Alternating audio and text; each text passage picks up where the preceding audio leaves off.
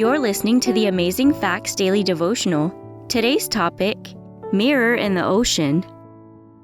On August 4th, 1914, the magnificent British liner RMS Carmania was 3 days out of New York City with 800 passengers on her way to Liverpool when she learned from another ship that England had declared war on Germany.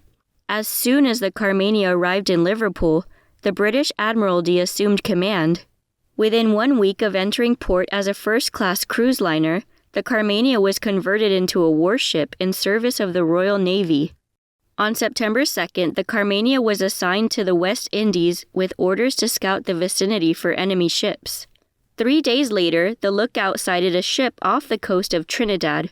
At that point, the Carmania crew might have thought they entered the Twilight Zone. The ship they spied in the distance from the decks of the Carmania was the Carmania. The other vessel was in fact a German luxury liner called the Cap Trafalgar that had also been converted into a warship and then disguised in every outward detail as the Carmania. Because of the short-range guns which had been installed on the German ship, she could only be effective in battle if she could get close enough to the enemy. So the Cap Trafalgar was disguised as the British liner Carmania, and that was the German ship's downfall. On September 14th, the disguised Cap Trafalgar was attacked and sunk by the real Carmania. The incredible mirror encountered in the ocean by the Carmania was a two-way mirror. Just as the Cap Trafalgar was redesigned, even to the dismantling of one smokestack, to look like the Carmania was also redesigned and repainted so that she could get closer to the enemy.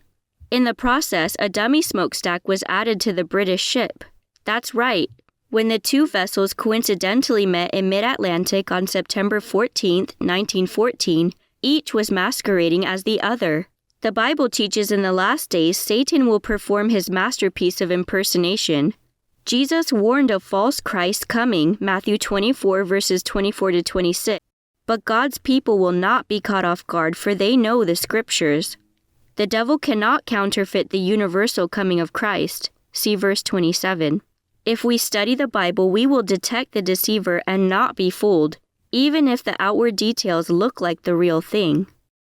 Our key Bible text today comes from 2 Corinthians chapter 11 and verse 14. And no marvel, for Satan himself is transformed into an angel of light. Thank you for listening to the Amazing Facts Daily Devotional.